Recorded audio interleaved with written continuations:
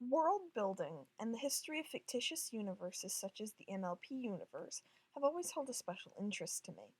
It probably stems from my own inexplicable interest in anthropology and the mechanizations of society, but that isn't really the point here. I'm going to create a history course based on true series continuity, author and authorized non-show content, and canonically derived headcanon.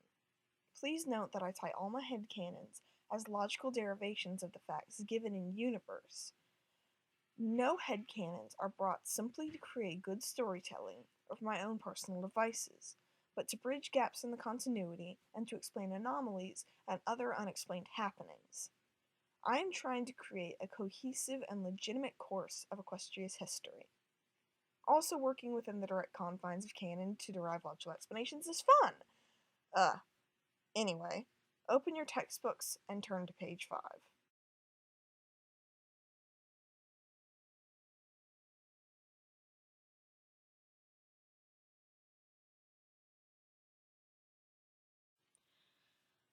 Before Equestria was created, there were 3 separate pony peoples: unicorns, pegasi, and earth ponies. These ponies worked in conjunction with each other in order to survive.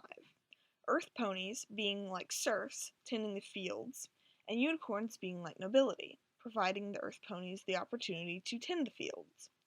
In our world, that would have been done by providing the land. In Pre-Equestria, it was by maintaining the day and night. The pegasi were rather analogous to the military, which is emphasized by their appearance. They protected the other ponies from external forces so that they could perform their respective duties in return. The outside forces, in this case, were inclement weather. At this point, the dress for the different ponies should be noted. Earth ponies are obviously middle-aged peasants. The unicorns are obviously your average depiction of pre-modern nobility. The pegasi, however, are rather interesting. While the other 2 ponies are an allegory for the Middle Ages and in general match up to the Euro-normative transition from the Middle Ages to the relatively modern era, the pegasi do not. The pegasi pre-Equestria actually resemble Roman society, from the lady ponies' dress and hairstyles to the architecture shown to the military-esque uniforms. It's obviously direct from Roman style. That's where it gets confusing. Modern-day pegasi culture is very obviously taken from Greek culture, but in human history, the Greeks came before the Romans. I therefore postulate that perhaps this reversal of order can be attributed to the first enlightenment of harmony, which I'll get to later, and not incidentally Equestria's establishment, a sort of degeneration played in reverse, instead becoming an enlightenment of its own. The harshness, militancy, and presumably hedonistic qualities of Rome transitioned to a more peaceful and elegant time, aka what we now ascribe to the ancient Greek culture, even if that's historically wrong anyway. The 3 pony people did not get along in their vague, resentful class system, and through this underlying hostility they incurred the attention and ill effects of the Wendigos. Ugh, puns. But the Wendigos arrived, which the ponies were unaware of, and brought with them an awful blizzard that destroyed the delicate and precarious balance the ponies had managed. This pushed them to the brink of frozen, starved death. To combat this crisis, the leaders of the 3 pony peoples set out individually to find and claim a new, less desolate land. Somehow, though, through the force of fate present throughout the My Little Pony continuity, the leaders all end up in the same land and once again begin to bicker, though this time about who had claim to the new land. This bickering drew the Wendigos, which pushed the ponies into a cave to use as refuge. This bid at refuge, however, failed, as the ice from the Wendigos seeped into the cave, blocked the entrance, and froze the leader ponies, leaving only their assistants conscious in the encroaching ice. The assistants, one of whom, Clover the Clever, was Starswirl the Bearded's pupil. They begin to talk, realizing their similarities. Laughing and talking into the last moment, they are frozen with the words, "We're all ponies," just spoken.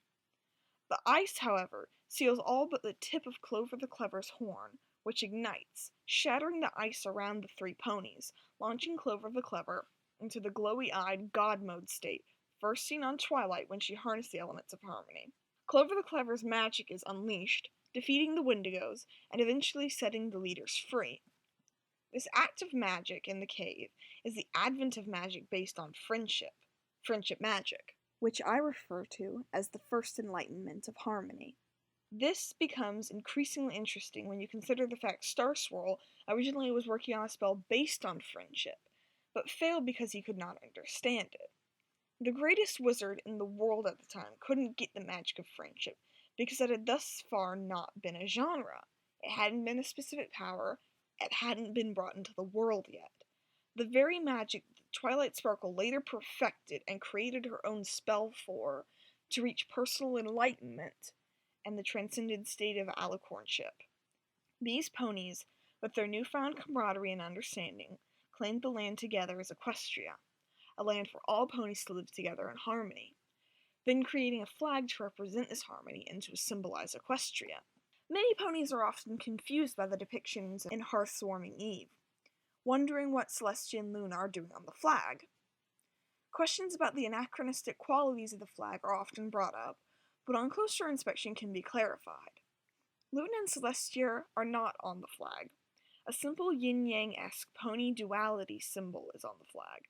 The original flag portrays a light mare and a dark mare, a symbol chosen for its representation of harmony, given the timing with which it's displayed during the Hearthwarming Eve play, that time being exactly when the word harmony is uttered.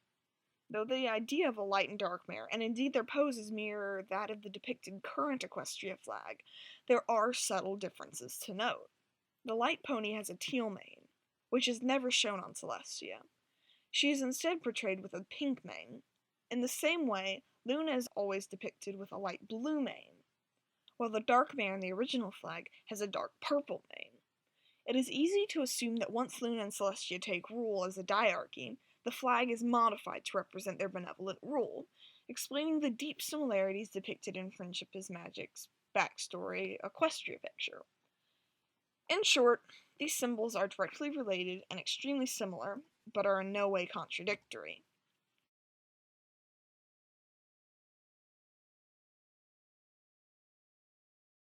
And that's the creation of Equestria.